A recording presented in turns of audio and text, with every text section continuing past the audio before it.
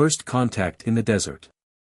The setting sun painted the New Mexico desert in shades of amber and violet when Dr. Isabella Reyes first saw the lights.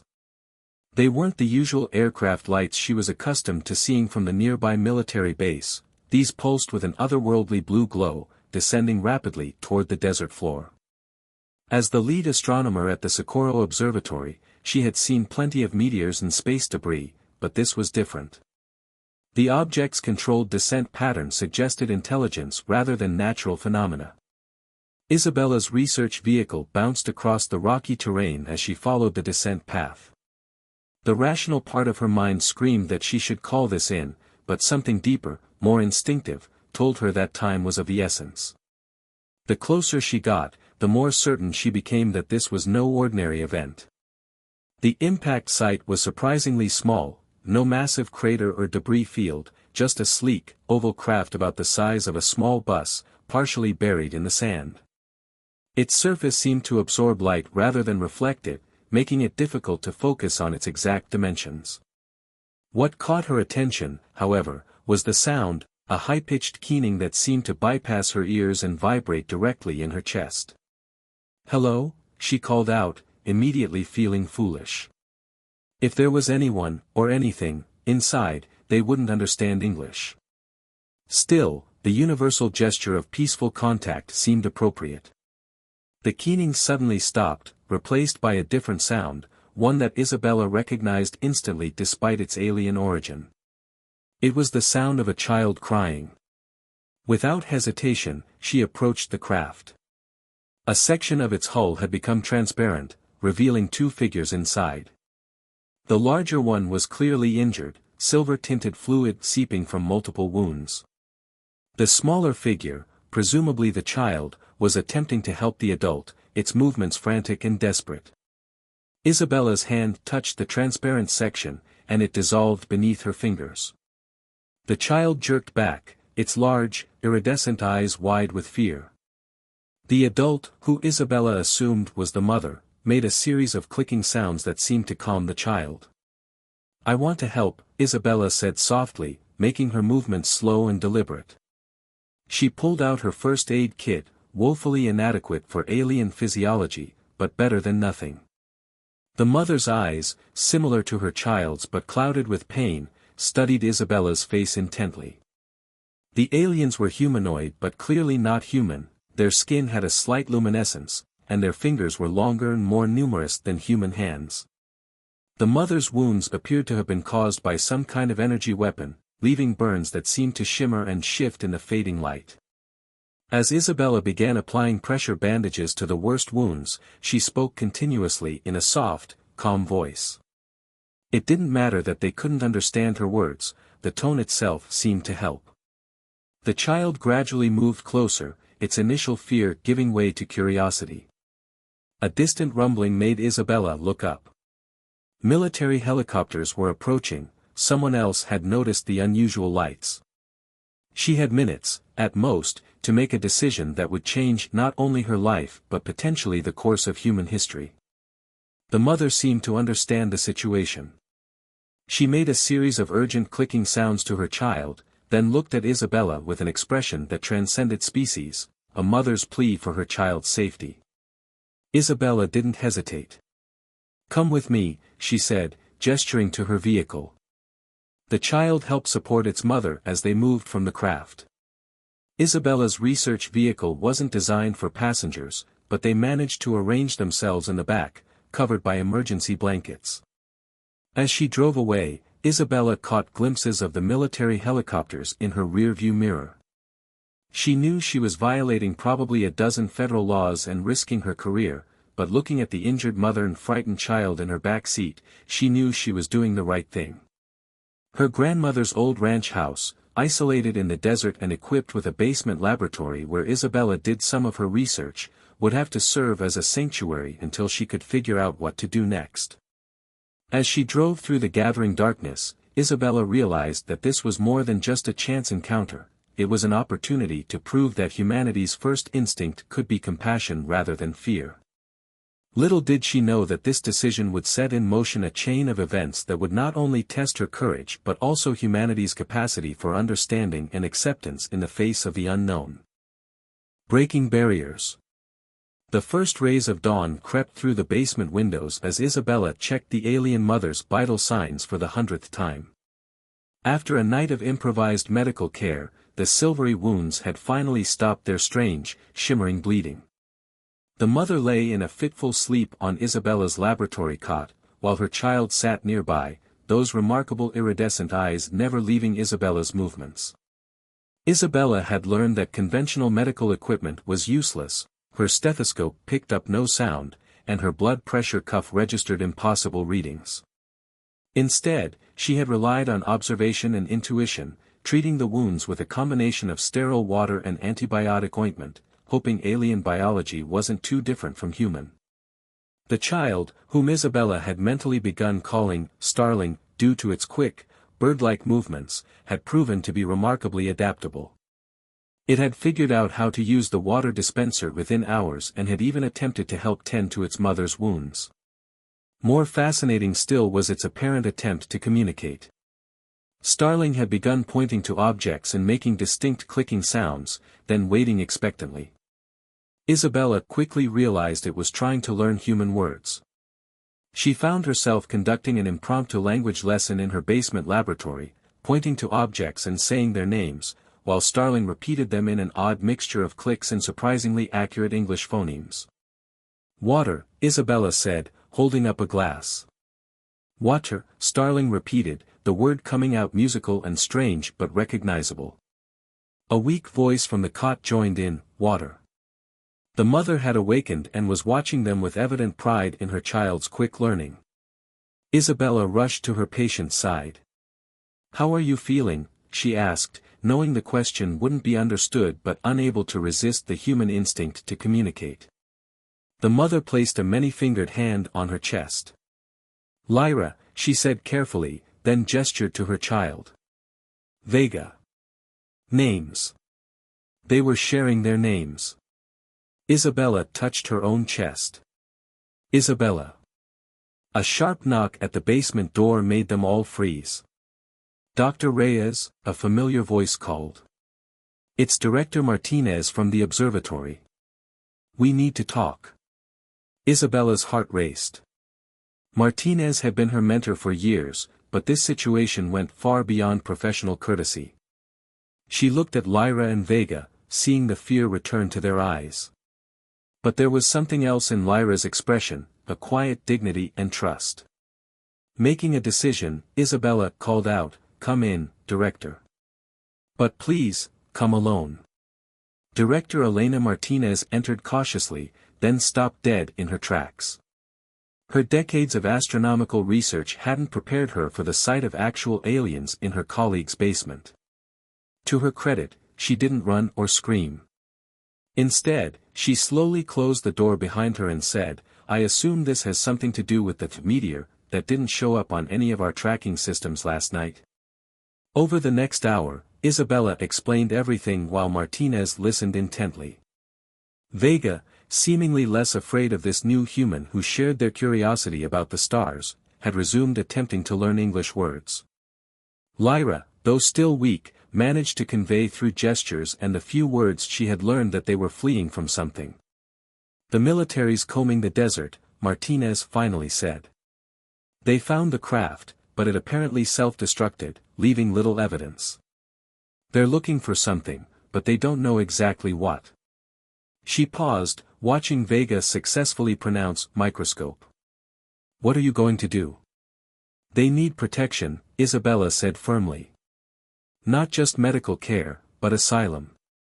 They're refugees, Elena. I can feel it. If we turn them over to the military."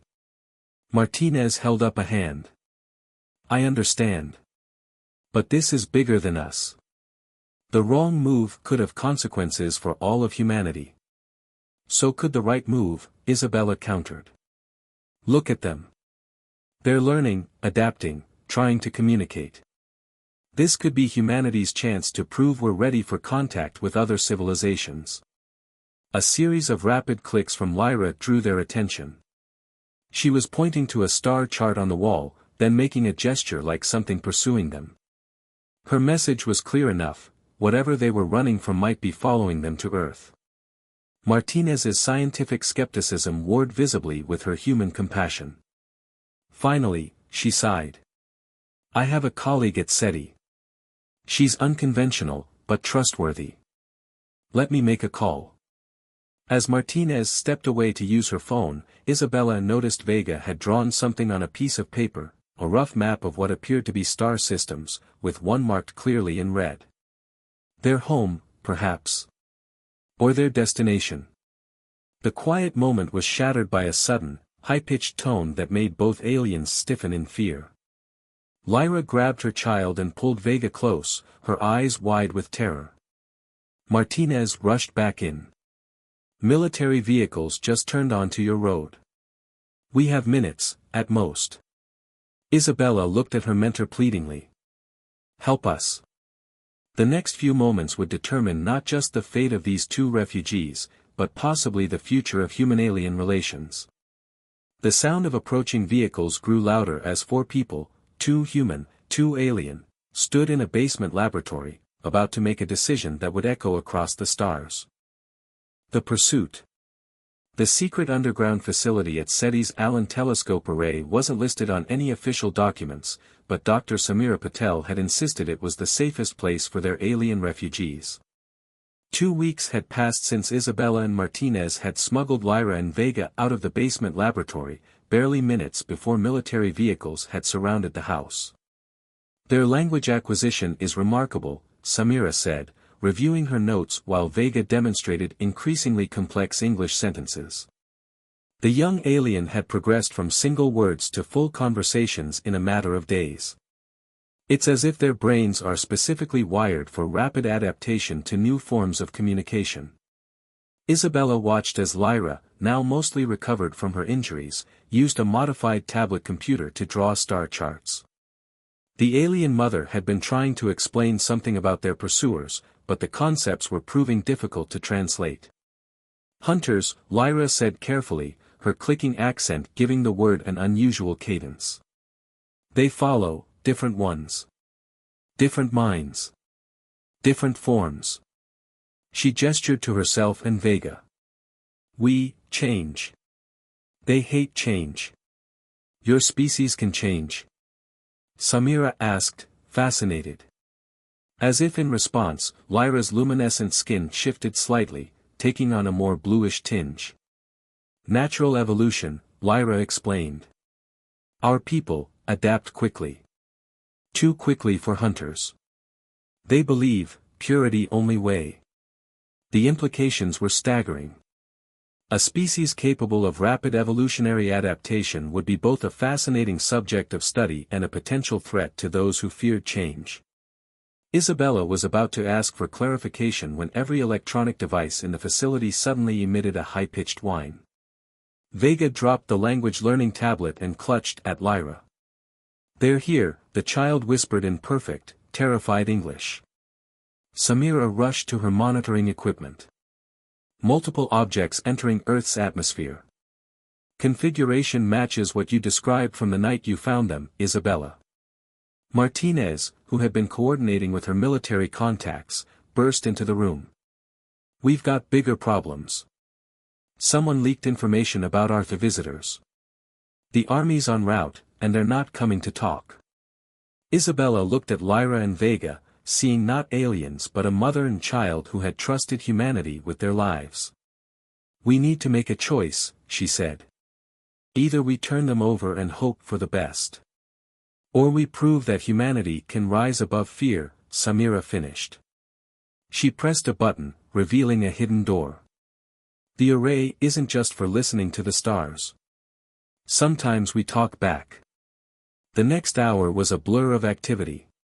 While Samira and her team worked to modify the array's transmitters, Isabella and Martinez helped Lyra explain exactly what they were dealing with. The Hunters, it turned out, were a militant faction of genetic purists who believed that natural evolution was a form of corruption. They had been systematically hunting down members of Lyra's species across multiple star systems. But why Earth? Isabella asked as they worked. Of all the places you could have fled. Lyra's expression conveyed both sadness and hope. Stories. Old stories of a world where different peoples learned to live together. Where change was celebrated. We thought, maybe stories were true. A thunderous sound from above interrupted them. Through the facility's few windows, they could see military helicopters landing outside. At the same time, Samira's equipment detected the hunter ships entering the lower atmosphere. "It's ready," Samira announced, indicating a modified transmission array. "But we need a way to convince both our military and the hunters to listen before they start shooting." Vega, who had been quietly observing, suddenly spoke up. "Show them. Show them what Mother saw in the stories. Show them why we chose Earth." Isabella looked at the child, then at the others. In that moment, she understood. Earth's greatest strength wasn't its weapons or technology, it was the diversity of its people and their capacity to grow beyond their fears. As armed soldiers approached the facility and alien ships descended from above, the humans and their extraterrestrial friends prepared to make their stand. They had minutes to prevent a confrontation that could lead to disaster, armed with nothing but the truth and the hope that both humanity and their pursuers could learn to see beyond their prejudices. The future of two species hung in the balance, and it would take more than weapons to save it. It would take understanding, courage, and the kind of wisdom that sometimes only a child could see. Unity in adversity. The SETI facility's main control room crackled with tension as three groups converged, the human military surrounding the building, the hunter ships hovering above, and the small band of humans and aliens trying to prevent catastrophe. "Attention unknown vessels and facility occupants," a military voice boomed through external speakers. "This is General Thomas Ward. You are ordered to surrender immediately." At the same time, a harsh, grating transmission cut through their communications system. The hunter's message needed no translation, its aggressive tone made their intentions clear. Lyra's luminescent skin pulsed with anxiety as she looked at Isabella. "The hunters, they will not listen. They never listen." "Then we'll make them listen," Isabella said firmly. She turned to Samira. "The array, can we transmit images as well as sound?" "Yes, but..." "Good. Because Vega was right. We need to show them, not just tell them." Isabella's mind raced with an idea. "Director Martinez, can you get General Ward on a direct line?" While Martinez worked her contacts, Isabella knelt beside Vega. "Remember how you learned our language so quickly? How you showed us your ability to adapt? I need you to help us show everyone else." The child's iridescent eyes widened with understanding. "Like the old stories Mother told me. About Earth." Samira's equipment hummed to life as she established links to both the military's communication systems and the hunter vessels. Isabella took a deep breath and began to speak, while Vega and Lyra stood beside her, their natural bioluminescence creating a soft glow. "My name is Dr. Isabella Reyes," she began, her voice transmitting to all parties. "What you're about to see is the truth about who we are, all of us." Through Samira's modified array, they began broadcasting images, historical footage of Earth's diverse species evolving and adapting, humanity's own journey from single continent to global civilization, the countless ways human cultures had changed and grown by learning from each other. Alongside these, Lyra and Vega demonstrated their species' remarkable adaptation abilities, their skin shifting through patterns and colors that mirrored the images being shown. "Evolution isn't corruption," Isabella continued. "Change isn't something to fear. Look at us, humans. We're the product of countless adaptations, countless changes. Every person on Earth carries DNA from multiple ancient human species. We're living proof that diversity makes us stronger." General Ward's voice crackled through the speakers, softer now. "Dr. Reyes, we're picking up some remarkable readings from your guests. Their genetic structure is unlike anything we've ever seen. Because they're the next step in understanding life itself, Samira interjected. Their ability to adapt, to change, it could revolutionize our understanding of evolution, of medicine, of human potential. The hunter ships remained ominously still, but their aggressive transmissions had ceased. Through their communication channel came something new, questions, demands for explanation. Vega stepped forward, speaking in the hunter's own language, clicks and tones the child had apparently remembered from before their flight to Earth. The transmission caused the hunter ships to shift position, clearly surprised by the young alien's ability to communicate in their native tongue.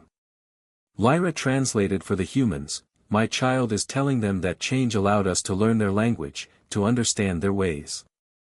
Asking them, why they fear understanding others." For several tense moments, no one moved. The military forces waited outside, the hunter ships hovered above, and inside the facility, humans and aliens stood together, hoping that understanding would prove stronger than fear. Then something remarkable happened. One of the hunter ships descended slowly, landing in the desert beside the facility. The military vehicles parted to make way as a figure emerged, tall, crystalline, and rigid in form. Its very appearance seemed to represent the unchanging purity its species demanded. General Ward's voice came through again, "Dr. Reyes, I'm coming in. And, it seems we have another guest who wants to talk." As they waited for their visitors to arrive, Isabella felt Vega's hand slip into hers. The child's skin had shifted to match her own tone exactly, while still maintaining its subtle luminescence, a perfect blend of both species' traits. "Mother was right about the stories," Vega said softly. "Earth is where different peoples learn to live together." Lyra placed her hand on her child's shoulder, her own skin shifting through a pattern that seemed to reflect both hope and uncertainty. "Now we must teach others this truth." The facility door opened, and the moment of truth arrived. It was time to prove that the greatest adaptation of all was the ability to grow beyond one's fears and prejudices. A new beginning. The hunter representative moved with crystalline precision, each step a calculated measure as it entered the control room. General Ward followed, his weathered face showing carefully controlled amazement at the scene before him. The contrast between the two couldn't have been more striking, the hunter's rigid, crystalline form versus the general's weather-worn humanity. "I am Archon," the hunter announced, its voice a symphony of harmonics that somehow formed Earth English. "We have pursued these deviants across 12 star systems." "And yet," Isabella replied carefully, "in all that pursuit, did you ever stop to ask why they ran?" The crystalline being turned its faceted head toward Lyra and Vega. The child stood straighter, still holding Isabella's hand, while maintaining the perfect mimicry of human skin tone, a living bridge between species. "Their kind corrupts the purity of evolution," Archon stated, but there was something different in its tone, a hint of uncertainty. "They change without control, without direction." "Like this?" Vega asked, and before everyone's eyes, the child's skin shifted through a rainbow of patterns, finally settling into a crystalline sheen that perfectly matched Archon's own appearance. The hunter took an involuntary step backward, its rigid form trembling slightly. General Ward cleared his throat. "Dr. Reyes, my scientists have been analyzing the data you've been broadcasting. The implications for medicine, for human advancement, it's extraordinary." "That is precisely why they must be contained," Archon interrupted. "Such power cannot be allowed to spread freely." "Power isn't the right word," Lyra spoke, her voice gentle but firm. "It's understanding. My child didn't just copy your appearance, Archon. To make that change, we must understand the essence of what we become. We learn, we comprehend, we grow." Isabella stepped forward. "On Earth, we have a saying, unity in diversity. Our greatest achievements came not from maintaining purity, but from bringing different ideas, different peoples, different ways of thinking together." Samira, who had been quietly working at her console, suddenly projected a new series of images. They showed Earth's history of scientific collaboration, artistic fusion, cultural exchange, a testament to the power of combination and adaptation. Your own species, Isabella continued, addressing Archon, achieved space flight, mastered energy manipulation, accomplished wonders. Imagine what might be possible if you allowed yourselves to learn from others, to grow, to change. The crystalline being stood motionless for a long moment. Then, slowly, almost imperceptibly, the surface of its form began to shift, displaying subtle patterns that mirrored the images on screen. It is difficult, Archon admitted, to question millennia of certainty. That, General Ward said unexpectedly, might be the most human thing you've said. He turned to Isabella. The President has given me broad authority in this situation.